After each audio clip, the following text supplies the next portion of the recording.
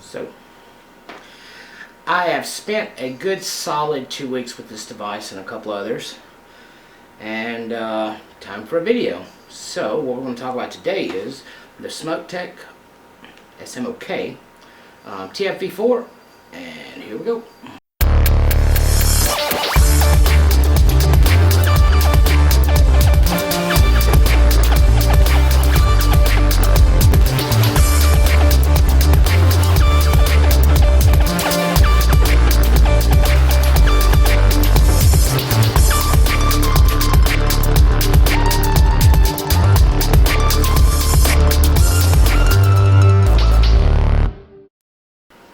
So, I have this basically out of juice for a reason, because I actually do want to do a little up close for this, but it's not dead ass dry, so we'll take a vape. Right now we've got the stock triple coil that comes with it at 80 watts, and on the Relo with a little swapperoo. I swapped the black and the teal on my white one. Really easy to do. So we'll have a vape and kind of go from there.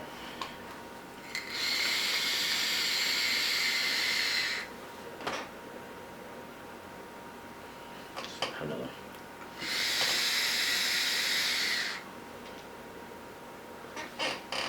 In here at the moment, I have Third Rock Organic Citron in here. It's got several citrus notes. It's not just a lemon or a lime or just a mandarin orange. It's a really good juice. So the SMOK TFV4. I remember saying a couple of weeks ago, that the Crown was going to be my new everyday vape.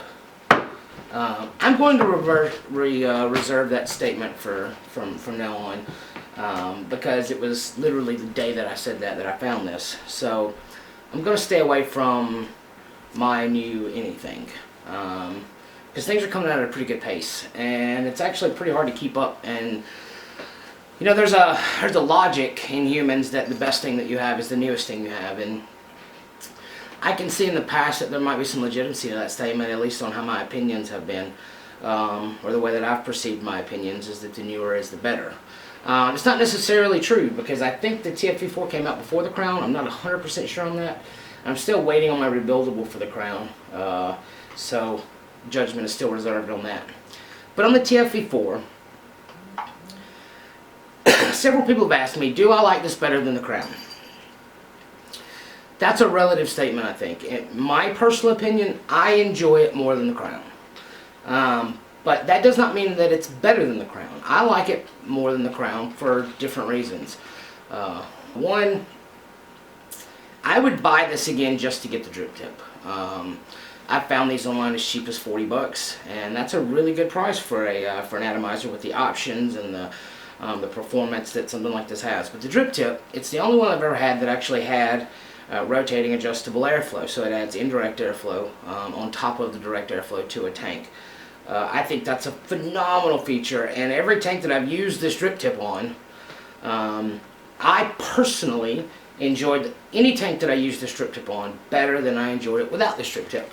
And it's because I love the way the indirect airflow adds to the vapor production, to the cloud. And that's another term I'm going to start trying to steer more away from, because it's not all about the cloud. So I'm going to kind of steer away from that. But for me personally, when I'm at home, I enjoy a nice, big, substantial vape. But it's not something I would do in public, although some do. And that's a big mistake. So this drip tip, from my personal at-home vaping experience, adds tremendous amounts to the vape. For me. Now for you, for example, it may not. My wife loves the strip tip too. The reason she loves the strip tip is I vape at a lot higher wattages than she does, and she can take the strip tip, or I can take the drip tip when I'm having her try something that I'm vaping and open the airflow on it wide open, and it cools off the vape enough that she don't have to take my 80 watts down to 40 in order to vape it. She can still enjoy, me saying, here, check this out, and I have a way that I can, take from, maximum airflow on another tank. I can drop this on and add indirect airflow to it. Yeah. Actually, never tried it on a sub tank. Doesn't fit a sub tank. Take the Crown though. I can add it to a crown, which I vape at about 80 watts, and off she goes. I can just put my thumb over the airflow, open or close it. I can open it wide open for her, and then this higher wattage adds some of the indirect airflow to cool it off. So it's a phenomenal piece of the whole kit. And again, I said I would pay the whole 40 bucks that I paid for this just for the drip tip. That's part one. One reason why I would buy the SMOK TFV4 over the Crown or the sub tank or the new mutation. I guess it's the mutation RTA, but kind of a V2 because they now have the rebuildable, not the rebuildable, the pre-built coils for it. So yeah, one thing that I would do. Completely lost my train of thought. But okay, so to get back into it. There's a crazy amount of tanks out, like an absurd amount of tanks. And I'm going to do another video after this one about, kind of a shootout or just my personal opinions on all the tanks that I have. I've got the SMOK TFV4, the X-Tank 4, the Arctic V8, the Crown, the Mutation. My wife's uses a sub-tank. She loves the sub-tank. I've got an Atlantis. I got a Hercules. I posted a picture on Facebook of all the different tanks. What other tank? It's not a Hercules. What is it? It's a Heracles. Heracles, I'm sorry.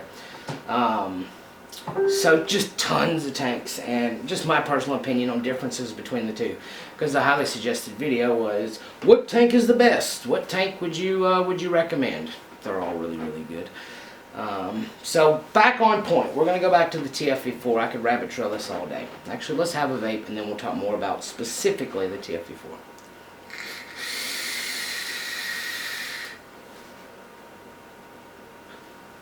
I opened the airflow all the way on that, so you notice it was pretty substantial. Now, just because I like this huge, ridiculous airflow, doesn't necessarily mean everybody will. Just like with that airflow wide ass open on the tank and on the mouthpiece, it was a substantial vape. Going to stay away from cloud. It was a substantial vape. But the flavor was very reduced, like highly reduced. Because you took the vapor, chucked a whole lot more air into it, and then bam, substantial vape. But there was a huge sacrifice in flavor. The drip tip, and I use it about half open. I don't want to adjust the focus. And for me, that's a good balance. For some other people, just close it all the way off if you're used to like a sub tank, which is really, really restricted in comparison to something like this. But other than the adjustable airflow on the top cap, you also have the adjustable airflow down at the bottom. I have noticed that the airflow on this tank it has more airflow without the drip tip, just off the tank itself, than any of the other tanks that I have. It is quite a bit more, and when we kind of get a little up closer, we'll see about the coils. It's definitely the most open airflow, and I've noticed actually the least response out of this tank the further that I close it. Now I can close it all the way off and still. Oh, mouthpiece. That's all the way closed. I'm sure you can hear that. All the way closed. That's still a little bit of airflow. Actually, that's completely closed. Yeah, it's kind of hard to hit right dead ass between them. That's for the most part completely closed. That's still a good bit of airflow. One thing that I like about the Crown over the TFV4 is when I close the airflow off, I can literally get like the restriction of taking a drag off of a cigarette. And that works really, really well for public vaping because I can close off the airflow, kick it up 20 watts, and get like a nice mouth to lung. And mouth to lung is really what you want to do if you're stealth vaping in public. You don't want to do direct to lung inhale to avoid the substantial vape. I can't really get that with the TFV4. The TFV4, and I enjoy that. I enjoy the mouth to lung when I'm doing stealth vaping in public. The TFV4 not as much. It's a little harder to conceal. But that doesn't change the fact that I do still enjoy the TFV4 more, especially when I'm at home. If I'm in public, I would prefer the Crown. But it's because I do enjoy the more substantial vape. So we'll have another one. And then we'll talk a little more.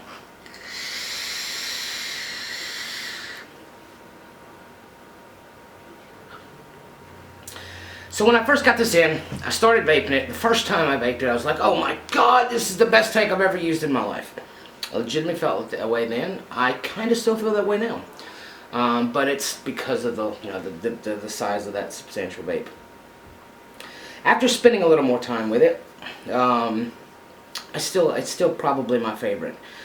But it's not just because those are a big substantial vape. It's because of the options and the things that you can do with it, and some of the things that they've thought of that some other people not necessarily have, and that's the ability to hit just about every vapor with one tank. The coil options on this are absolutely absurd. You can get nickel coils, you can get stainless coils, you can get triple coils. They've got a sextuple coil.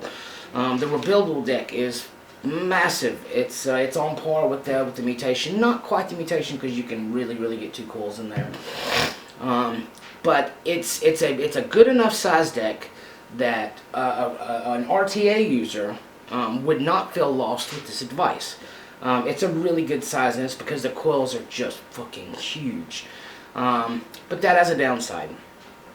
The downside to these coils that are so big is the juice capacity. This is a 25 millimeter tank. I would expect a 25 millimeter tank to hold at least 5 milliliters of juice. This one doesn't. It actually kind of almost falls short of 4, right around 4. I was actually surprised to see that the TFV4 did not hold as much juice as the Crown, even though it was 3 millimeters larger. That was a little surprising to me, and that all comes down to the size of the coil and how much shorter the chimney is on the TFV4 versus the Crown. I really wish the Rebuilder would come in for this so that I could compare those things side by side. So let's see the options for the coils. I'm not a huge temperature control guy. It's not something that I really have spent a whole lot of time on. Like, I played around with the Crown, and I was having some issues with the Rouleau. It ended up not being the Crown, it ended up being the Rouleau. A software update did fix that, but you know, it's kind of like every time I go to try something to do with temperature control, I run into a hiccup like that. Like the firmware wasn't updated, or something wrong with the coil, and it seems a little fiddly or finicky right now, but that doesn't mean it's not going to get better, and I recognize that.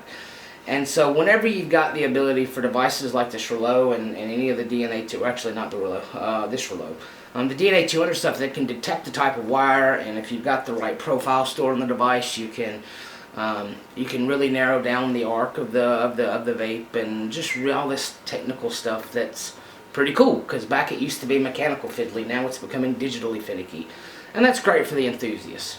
But for the everyday vapor, it's just not something that they plan on fiddling with or fucking with. They just want to pick up a device and vape.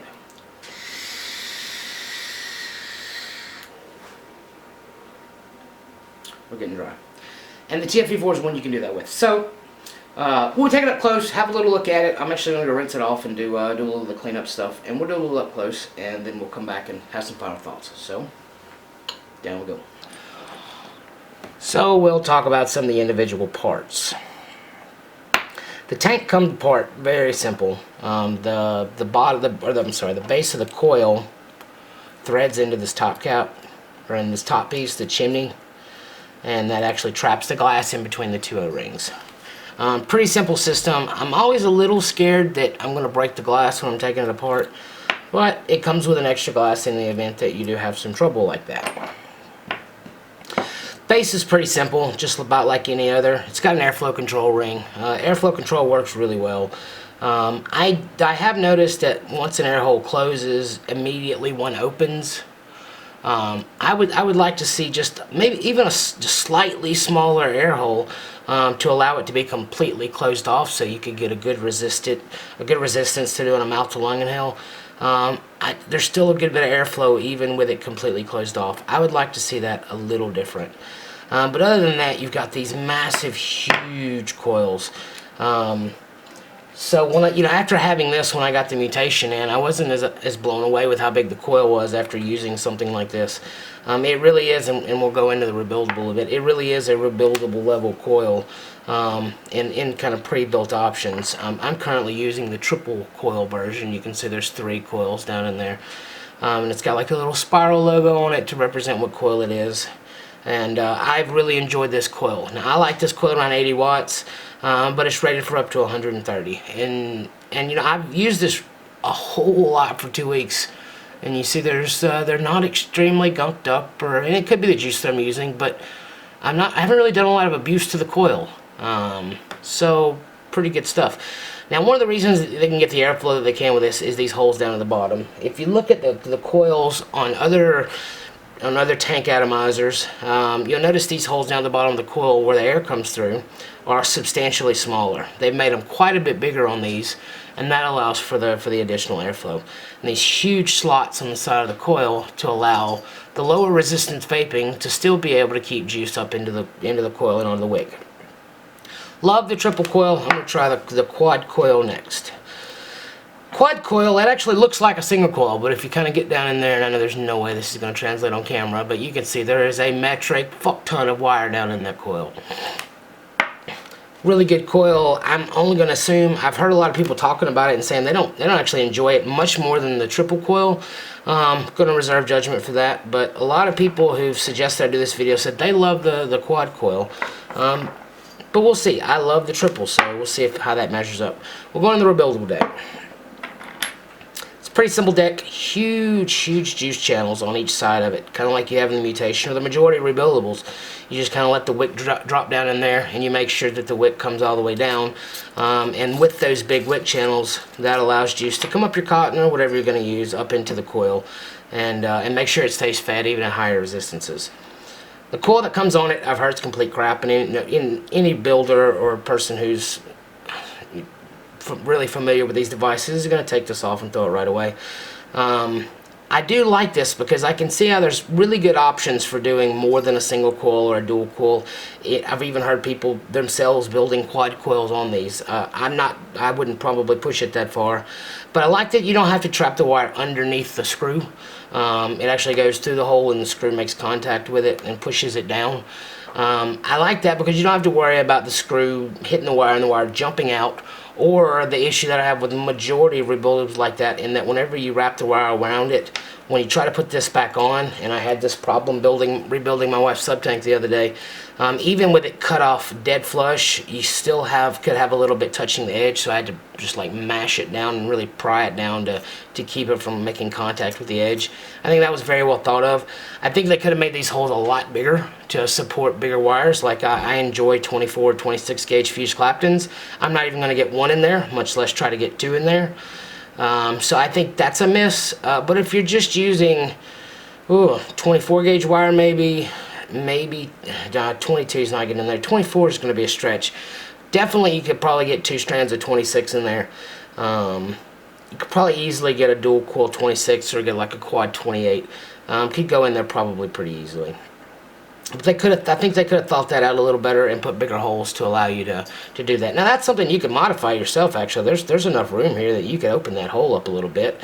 And this screw is already threaded down, so opening that hole is not going to hurt the ability to push that to widen this hole just a little bit. So definitely, I think I missed there on the hole. And that's the rebuildable.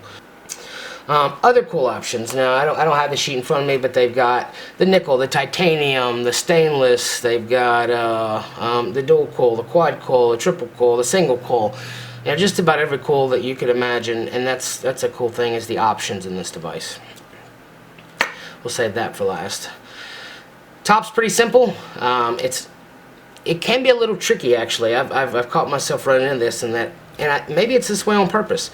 But I've got to find these two little notches, and when I find those two notches, then I can pop it open to refill it. But I found when it's on a device and I'm just trying to kind of catch my thumb in the right, until I get it in the right place when I have it on the device, it doesn't actually just pop open. So it actually does require just a little bit of effort to open it up to fill it, and you fill it in that hole there, and it works fantastic. If you use these type of bottles that have the little drip filler, I've found that it holds about 5 full drippers, or 5 full caps, however you describe that. I guess depending on how well the plunger thing is functioning, but about 5 full ones fill this up. A little under 5 actually. The crown holds just at or just over 5. This holds just under 5. In exact milliliters, not quite sure, but just under 4. So I talked about the crown's top refill. This has I think a very well thought of way to refill it. And I think it works really, really well. Lastly, I was talking about the top cap earlier. I truly mean it when I said I would buy this again just for the top cap. Because I've actually looked around since I got this for other kind of indirect adjustable airflow top caps or mouthpieces, and I haven't found many options, and this is executed beautifully. Down in the middle, it's actually got a Pyrex or a glass center, and then on the outside, it's got your stainless steel. This works fantastic because one of my complaints with one of them I've tried in the past, or some of the other ones I've tried, is how hot the mouthpiece can get. But on this, it's like the glass with the air in between it. Your mouth isn't making direct contact with the pipe that the vapor's coming up. So this actually allows for the mouthpiece to sort of insulate itself, and also gives the option for the 4 individual slits there to open and close to add adjustable indirect airflow. Probably my absolute favorite feature of the whole tank is the damn mouthpiece. So I really mean it when I said I would buy it again just for the mouthpiece. It comes with your regular bits, your cotton, your glass, and also it comes with these. And I would say be really careful with these because these things are ridiculously tight when you get them on the tank. To get it on there and to get it seated well and to get it lined up is actually a bit of a pain in the ass because of how absolutely tight it is. Putting a coil in is pretty simple. We'll go ahead and put this one back in because there's no reason in firing off another one when this one's working great. Coil just screws in, glass down, top on,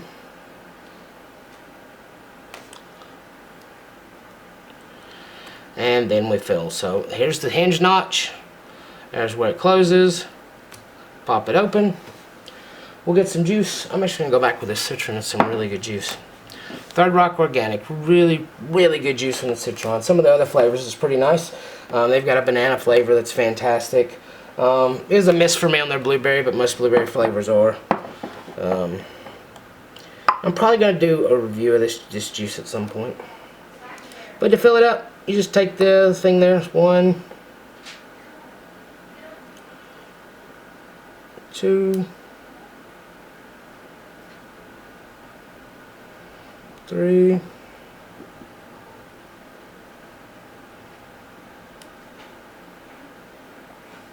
4,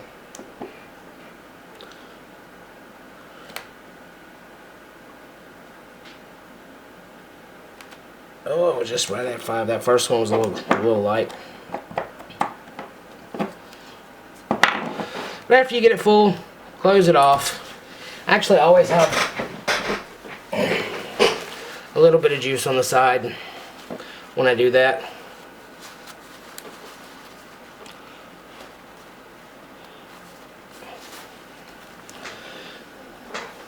I've been using the red one, so we'll go back to black. I was talking about how tight these things are.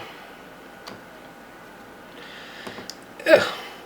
Actually, a good thing there's a little juice on the cap because it goes on a little easier. But that dude is on there. When I first put the red one on, it was so dry that I actually sat there for about 15 minutes trying to get it on there.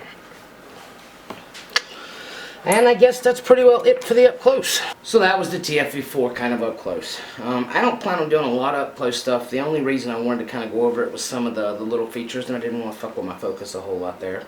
But overall, my personal opinion, if you're looking at a Crown or a TFV4, or if you're looking at the sub tank, or if you're looking at any of the 5 dozen of them, it kind of comes down, I guess, to price and performance, ease of use, and you know, whether you're going to enjoy the vape.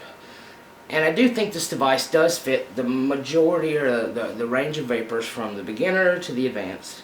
I think it's just a well-rounded, highly optioned, fantastic vape. So, with that said, I'm not going to rank it better than anything else. I just think it's, for me, it's my favorite tank so far. That doesn't mean that's not going to change tomorrow, because I'm going to go pick up a couple of new things. And actually, I've been filling with the mutation tank here for just one day. So, you know, who knows? That might be my favorite next week. But as of this week, and as of the 4 years of vaping, so far, I enjoy the TFV4 better than the majority of the things that I've tried. But it's because of my vaping style and how it vapes for me. It's not necessarily better than any of the other tanks or worse than any other tanks. But for my vaping style, it's a phenomenal vape. This is Jamie JC West. That's what I got. See you again next time.